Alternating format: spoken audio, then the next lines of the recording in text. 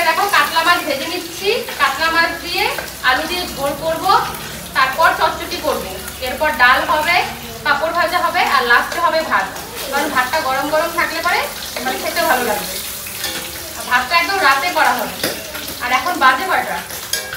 এখন 4টার মতো বাজে না? 4টার মতো বাজে। রান্না হতে হতে তো 7টা বেজেই যাবে প্রায়।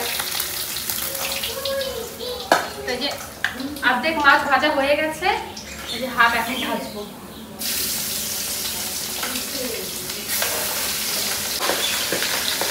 দেখুন উঠে দেবো না আবার, মাকে মাথা খেয়ে খুব ব্যাপার করে।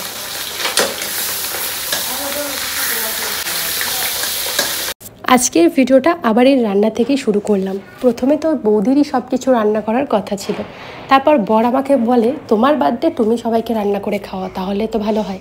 আমি তারপর ওকে আর কি করে বললাম যে যার বার্থডে তাকে আজকের দিনটা রেস্ট করাতে হয়, আর তাকেই নতুন নতুন জিনিস বানিয়ে খাওয়াতে হয়।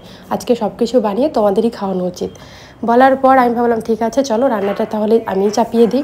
তাই আমি এদিকে মাছের ঝোল আর চচ্চড়িটা করেছি, তারপর বৌদি মাংস, ডাল আর ভাতটা করেছিল।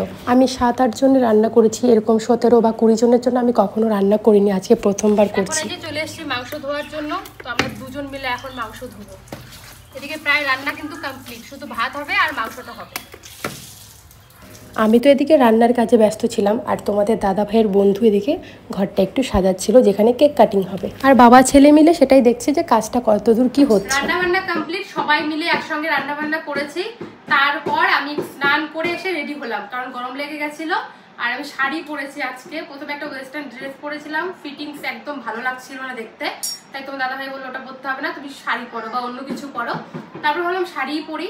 আর যে ব্যাকগ্রাউন্ডটা আর কি সাজানো হয়েছে কেক কাটার জন্য, তো ওটা পিঙ্ক কালার করা হয়েছে, তাই জন্য সেটার সঙ্গে ম্যাচিং করার চেষ্টা করেছি। তাই এই ডুয়েল টোনের শাড়িটা পরেছি। এটা পিঙ্ক, তার সঙ্গে একটু অরেঞ্জ অরেঞ্জ আছে। তো এই হচ্ছে আমার ফাইনাল লুক কেক কাটার।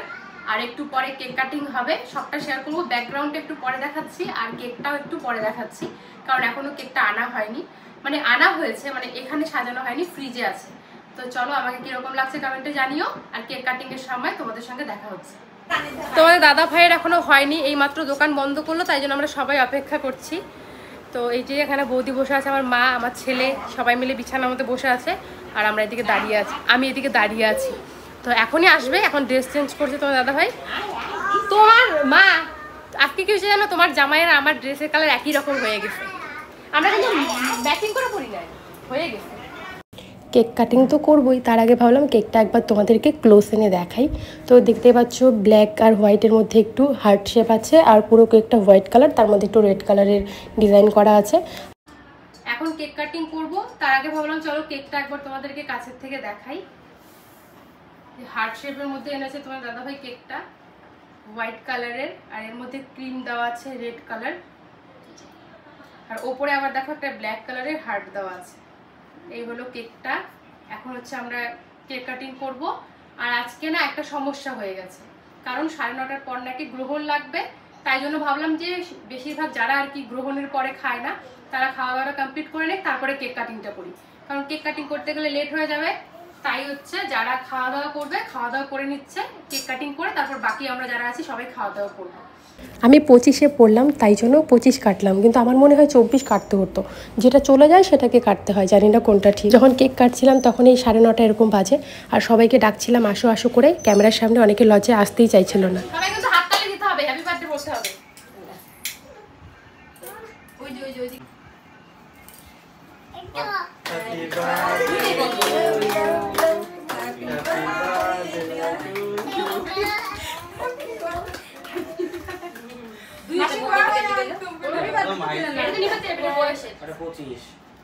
কাটলাম, এটা ঠিক করলাম না তো, যেটা চলে যাবে এটাকে কাটতে হবে।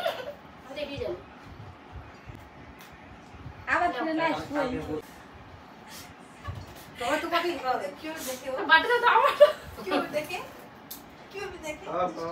ইয়ে সবাই না ওই যতটা খাবো নাকি কই দিছে কি বা সবাই বলে ওরেই খাওয়াবে, তাহলে আমরা কি দেখতে থাকবো? কই দিছে কি না তুমি খাও, কই দিছে কি এই ভয়েসটা যদি দেওয়া যায়। পাপাকে একটু দে, তুমি খাও, খাও না মা, খাও খাও। সাথীকে চেক করতেছে, দেখলাম কেমন আছে। যে যা কথা বলছিল রিয়েল ভয়েসেই দিয়ে দিলাম, আর কিছু কিছু ক্লিপ আমি কেটে দিয়েছি কারণ এখানে হাস্যকর একটা ব্যাপার ছিল। তারপর আমি সবাইকে এদিকে কেকটা এখন দিয়ে দিচ্ছি, কারণ পরে খেতে দেওয়ার সময় ভুলেও যেতে পারি, তাই জন্য তার মধ্যে আমি দুজনকে দিতে ভুলেই গেছিলাম। পাশের বাড়ির দাদা বৌদি এসেছিলো, ওদেরকে দিতেই ভুলে গেছিলাম কেক, কারণ ওরা সবার লাস্টে খেয়েছিল আমাদের সঙ্গে।